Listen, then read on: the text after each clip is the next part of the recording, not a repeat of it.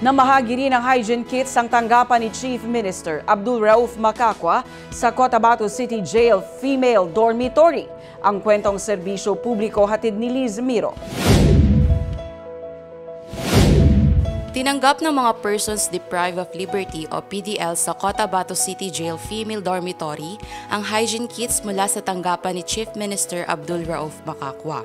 Isinagawa ang distribusyon araw ng Lunes, July 27. Pinangunahan ni Jail Warden Jail Inspector Cherry Durante ang koordinasyon para sa distribusyon habang kumatawan sa opisina ni Chief Minister Macacua sina Amana Moda, Political Affairs Officer 2 at ilang kawani na aktibong tumulong sa aktibidad.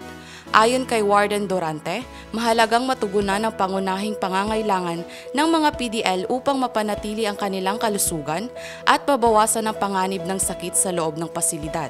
Kabilang sa laman ng hygiene kits ang sabon, toothpaste, toothbrush, shampoo, sanitary pads at iba pang pangunahing gamit na makatutulong sa pang-araw-araw na kalinisan ng mga PDL. Liz Miro, iMinds, Philippines.